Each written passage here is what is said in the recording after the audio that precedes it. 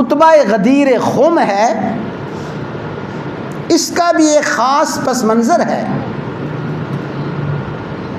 خطبہ غدیر خم کی کہ آپ نے یہ خطبہ کیوں ارشاد فرمایا، اس کی ضرورت کیا پیش آئی، آپ کے سامنے کیا احوال آئے، آپ نے کن باتوں کو محسوس کیا جس کی وجہ سے آپ نے یہ خطبہ ارشاد فرمایا، تو خطبہ غدیر خم کے پس منظر کو اچھی طرح سمجھنا چاہیے، خوب اچھی طرح ذہن میں بٹھانا چاہیے۔ امام الانبیاء سید الانبیاء سیدنا و مولانا محمد الرسول اللہ صلی اللہ علیہ وسلم نے جو آخری حج فرمایا، وہ آخری حج آپ نے سن 10 ہجری میں فرمایا، 11 ہجری میں آپ کا انتقال ہوا۔ تو جب آپ مدینہ منورہ سے سفر حجۃ الوداع شروع فرماتے ہیں، اس سے پہلے آپ نے سن 10 ہجری ہی میں اپنے عظیم الشان اور اپنے لاڈلے صحابی، اپنے چچا زاد بھائی اور اپنے داماد حسنین کریمین کے والد ماجد فاطمہ بتول کے شوہر حیدر کرار اسد اللہ الغالب حضرت سیدنا علی ابن ابی طالب رضی اللہ تعالی عنہ کو یمن کا عامل، یمن کا ناظم اور گویا آج کی اصطلاح میں یمن کا گورنر بنا کے بھیجا۔ حضرت علی رضی اللہ تعالی عنہ کو آپ نے یمن بھیجتے وقت کچھ ذمہ داریاں سونپی کہ وہاں مال غنیمت جو حضرت خالد بن ولید کا لشکر جنگ لڑ رہا ہے، اس لشکر نے جو مال غنیمت لیا ہے، اس مال غنیمت کو اکٹھا کرنا اور وہاں پہ جو مسلمان ہیں جنہوں نے کلمہ پڑھا ہے ان سے صدقات کو وصول کرنا اور پھر خمس کو وصول کرنا، یہ رسول اللہ صلی اللہ علیہ وسلم نے حضرت علی رضی اللہ تعالیٰ عنہ کو کچھ ذمہ داریاں سونپ کے یمن میں بھیجا۔ رسول اللہ صلی اللہ علیہ وسلم حجۃ الوداع کے سفر میں ہیں، حضرت علی شیر خدا کرم اللہ وجہ یمن میں ہیں اور اپنی ذمہ داریوں کو ادا کر رہی ہیں۔ ظاہر ہے کہ ذمہ داریوں کو ادا کرتے ہوئے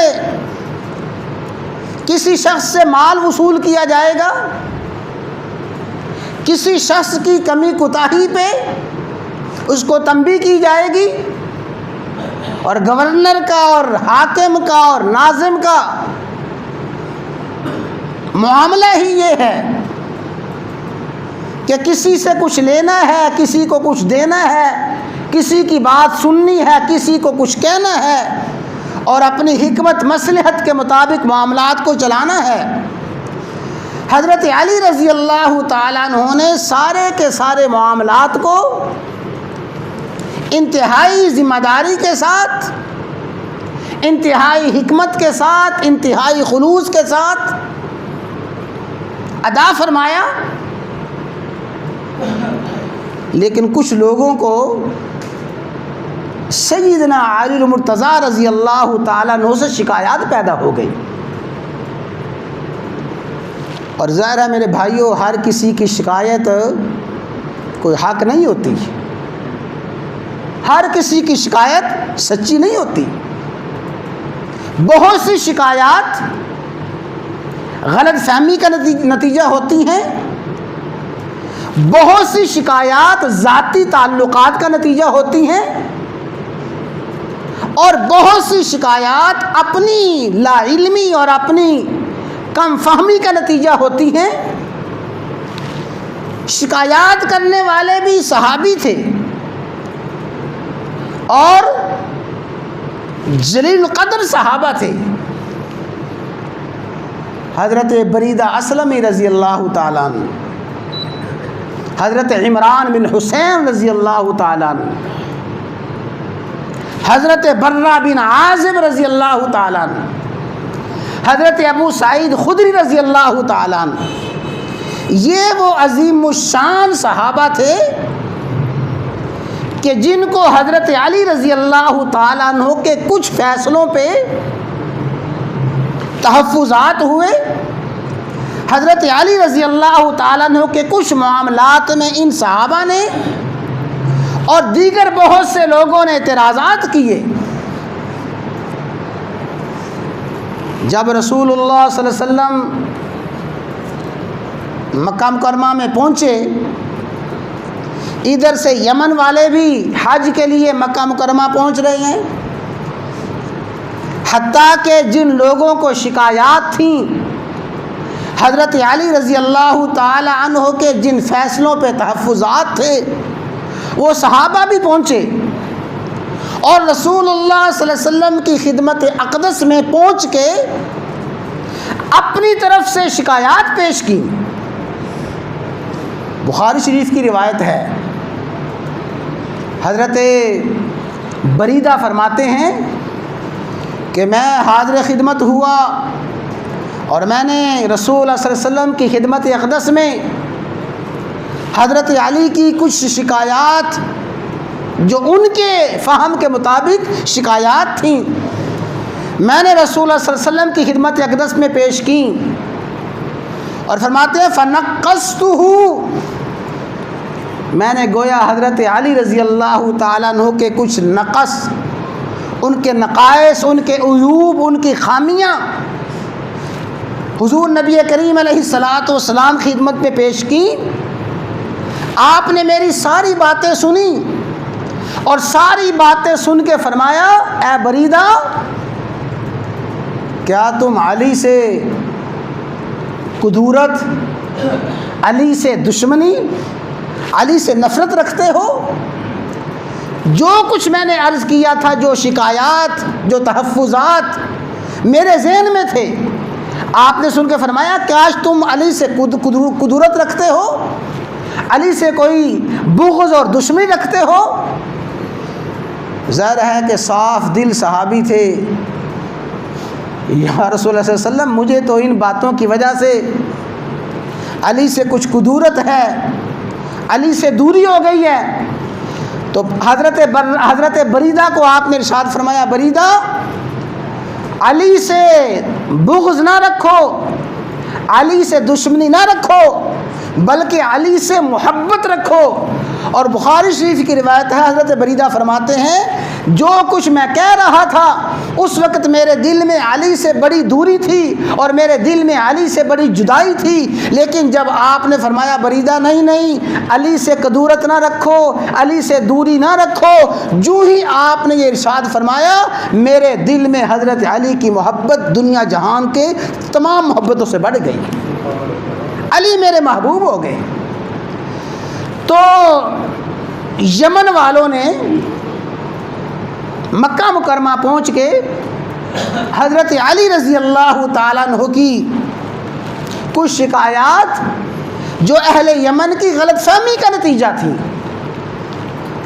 جب وہ شکایات پیش کیں، آپ نے کسی صحابی کو سن کے کچھ فرمایا، کسی کو سن کے کچھ فرمایا۔ ایک روایت میں آتا ہے کہ 4 صحابہ کرام آئے، 4 صحابہ کرام نے آ کے اپنے اپنے تحفظات جو حضرت علی کے بارے میں تھے خدمت اقدس میں پیش کیے۔ کسی صحابی نے کوئی بات فرمائی، کسی نے کوئی فرمائی، کسی نے کوئی فرمائی۔ جب آپ نے چاروں کی باتیں سنی تو کیا رد عمل دیا؟ فرمایا ما تريدون من علی، ما تريدون من علی، ما تريدون من علی، 3 مرتبہ فرمایا تم علی سے کیا چاہتے ہو؟ تم علی سے کیا چاہتے ہو؟ گویا یہ ما تریدون من علی ایک ڈانٹ اور تنبیہ کا جملہ ہے. آخر تم علی سے چاہتے کیا ہو؟ تمہارا علی سے مطالبہ کیا ہے؟ تم علی سے کیا چاہتے ہو؟ پھر آپ نے ان صحابہ کرام کی شکایات کے جواب میں یہ فرمایا ما تریدون من علی ما تریدون من علی ما تریدون من علی، اور آخر میں فرمایا سنو ان علی منی وانا منہ، علی تو مجھ سے ہے میں علی سے ہوں. علی مجھ سے ہے میں علی سے ہوں. کیا مانا؟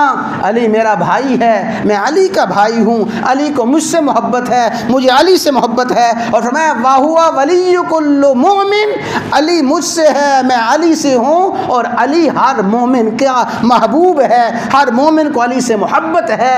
یہ وہ اہل یمن کی شکایات تھی جن کے جواب میں حضور نبی کریم علیہ الصلوۃ والسلام نے ارشاد فرمایا. اور آپ نے کہیں فرمایا تم اس شخص کے بارے میں کیا کہتے ہو؟ ما ترا فی رجل، ایک شکایت کنندہ کا آپ نے شکوہ سنا جو یمن سے آیا تھا، حضرت علی کی شکایات لگا رہا تھا. آپ نے اس کی شکایت سنی، فرمایا سنو ما ترا فی رجل، اس شخص کے بارے میں تمہارا کیا خیال ہے، اس کے بارے میں تم کیا کہتے ہو؟ یحب اللہ ورسولہ، وہ خود بھی اللہ سے محبت کرنے والا ہے، اللہ کے رسول سے محبت کرنے والا ہے، اللہ کا رسول بھی اس سے محبت کرنے والا ہے. یہ آپ نے اہل یمن کی ان شکایات کو سن کے فرمایا جو اہل یمن نے شکایات پیش کی تھی حضرت علی رضی اللہ تعالیٰ عنہ کے بارے میں کہ علی نے یہ کیا، علی نے یہ کیا. جو کچھ شکایات پیش کی گویا وہ ساری کی ساری شکایات رسول اللہ صلی اللہ علیہ وسلم نے رد فرما دی، ان کے سارے اعتراضات کو مسترد فرما دیا. علی کے سارے فیصلوں کو آپ نے برحق قرار دیا. گویا علی کے فیصلوں پہ مہر تصدیق ثبت کر دی کہ علی نے یمن میں جو کچھ کیا ہے علی نے حق اور سچ کیا ہے.